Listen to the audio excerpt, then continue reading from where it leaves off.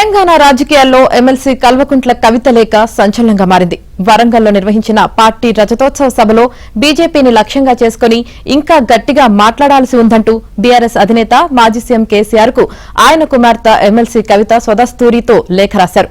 కేసీఆర్ అలా చేయకపోవడం వల్ల బీఆర్ఎస్ భవిష్యత్తులో బీజేపీతో పొత్తు పెట్టుకుంటుందనే ఊహాగానాలు మొదలయ్యాయన్నారు.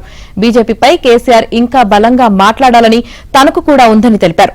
మే 2వ తేదీన ఆమె రాసిన 7 పేజీల లేఖ సోషల్ మీడియాలో వైరల్ అయింది.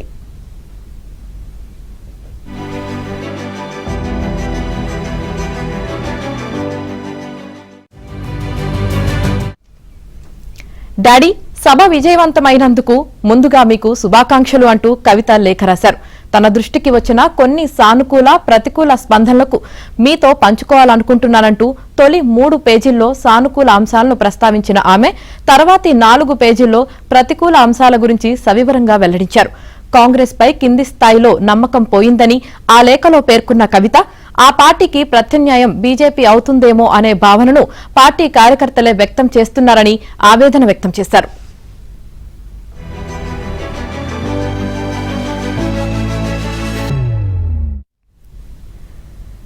ఎమ్మెల్సీ ఎన్నికల్లో పోటీ చేయకుండా బీజేపీకి సాయం చేశామనే సందేశాన్ని కాంగ్రెస్ పార్టీ బలంగా ప్రజల్లోకి తీసుకెళ్లిందని కవిత ఆందోళన వ్యక్తం చేశారు.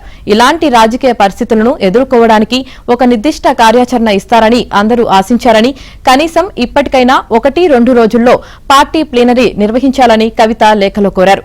వీలైనంత ఎక్కువ మంది అభిప్రాయాలు వినాలని, ఈ విషయాన్ని కొంచెం సీరియస్ గా తీసుకోవాలని సూచించారు. రజతోత్సవ సభలో కేసీఆర్ ఉర్దూలో మాట్లాడకపోవడం, వక్ఫ్ బిల్లు గురించి ప్రస్తావించకపోవడం, బీసీలకు 42% రిజర్వేషన్ల అంశాన్ని విస్మరించడం, ఎస్సీ వర్గీకరణ విషయంపై మాట్లాడకపోవడం ప్రతికూల అంశాలుగా కవిత పేర్కొన్నారు.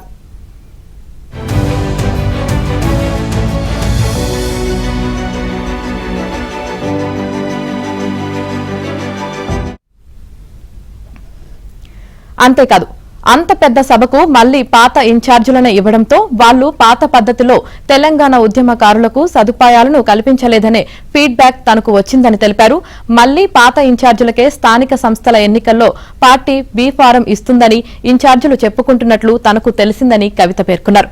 అలాగే సభలో కేసీఆర్ వేదికపైకి వచ్చేలోపు 2001 నుంచి ఆయనతోనే ఉన్న నాయకులకు మాట్లాడే అవకాశం ఇస్తే బాగుండేదని చాలా మంది అన్నట్టు లేఖలో రాశారు.